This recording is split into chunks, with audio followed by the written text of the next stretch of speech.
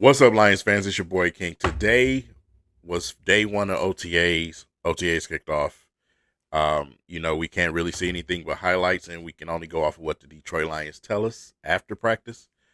But you can read a lot in highlights. So I got a few clips, and some very interesting things popped up today. As far as what I got from Pride of Detroit and some of the other sources that I go to, as far as what we can figure out. No reporters or anything is allowed during that time of OTA. Some guys weren't there today, which we'll talk about a little bit later. But yeah, it was enough today. So let's talk.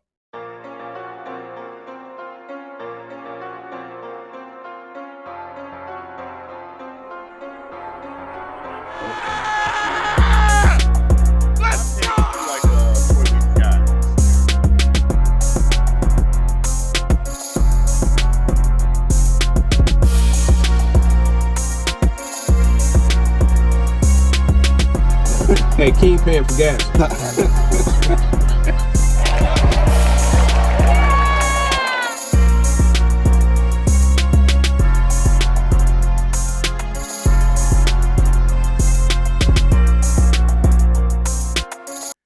All right, Lions fans. So during OTAs, every single year, there are certain things that I'm looking for during OTAs.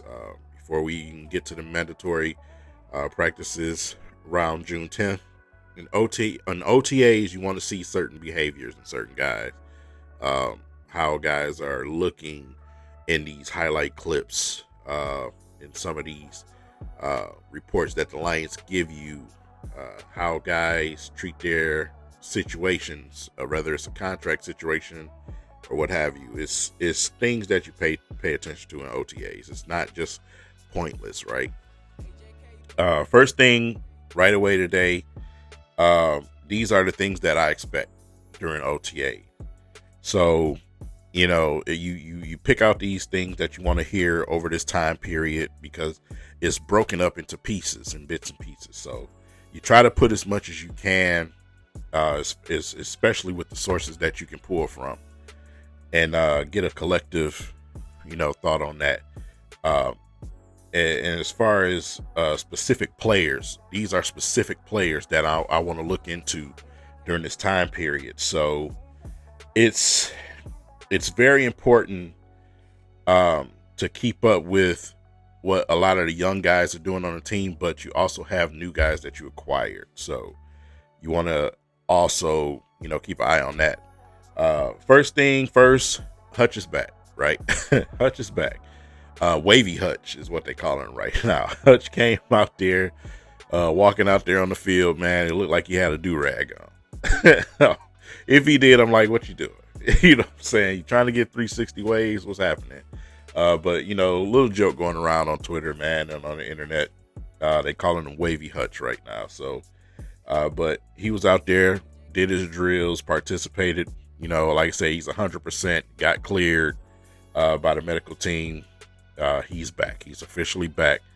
And, to see him out there doing drills alone, it's just a beautiful thing, right?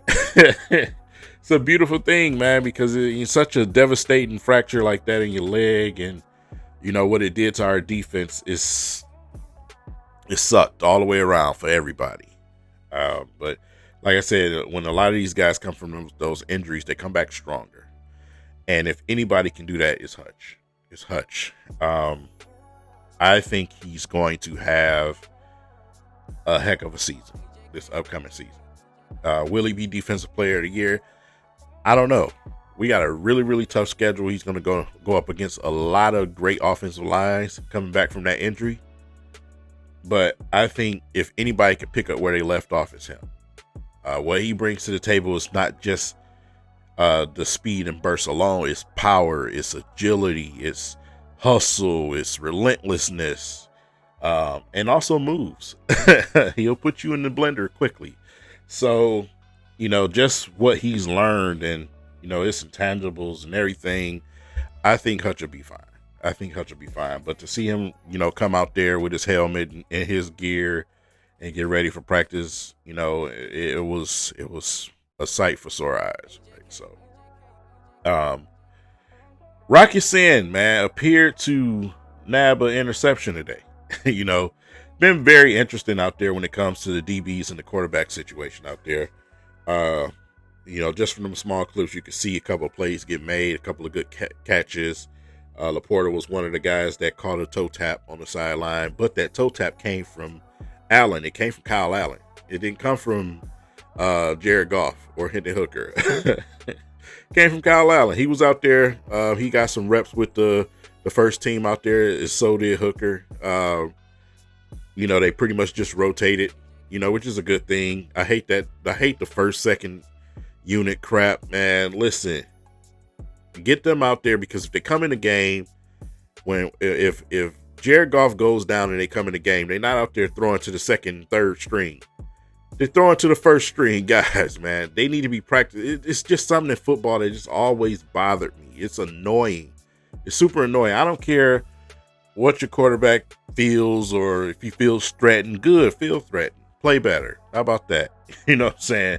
Obviously, Goff is not threatened at any of it, but still, it just always bothered me. That's just me personally. Maybe I'm just being the get off my line old guy right now. Whatever. I don't care. But yeah, number 23, Rocky Sin, man. He was out there, and it looked like he ended up getting him a pick. I think it was J-Mo he was up against during that situation where he nabbed one. So that's good to see. It's encouraging. Our secondary is super duper important. I cannot say that enough.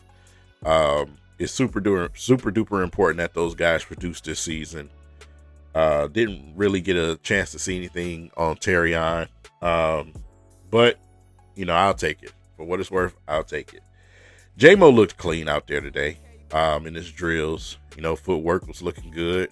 Like I said, the reports came out before about him looking more polished and looking like he's primed and ready for a breakout season. So I truly believe that. J-Mo is number one. He's numero uno on my list as far as impacting the Lions season. If J-Mo can have the type of season that I truly believe he can have, that eases a lot of my stress about this schedule that we have. J-Mo is an absolute problem to deal with. And if we use him like I truly do believe that John Morton is going to do, it makes everybody else better. It makes everybody else's job easier, because I feel like we underused him. Man. J-Mo, should be getting 1,000-yard seasons in his sleep. We went deep to him at times, but I feel like we didn't do it enough. All the trick plays and everything with J-Mo, look, forget that.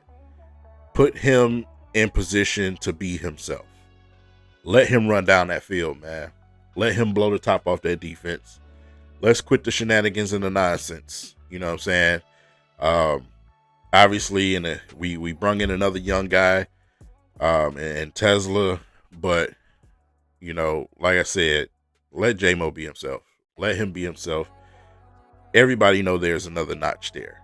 You know what I'm saying? But to see him out there number one today takes you back to those scouting days when you were scouting him coming out of Alabama. So that's a good thing, man. Hopefully it brings up the old habits and make him that undeniable target out there.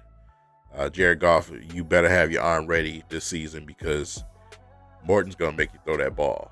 Period.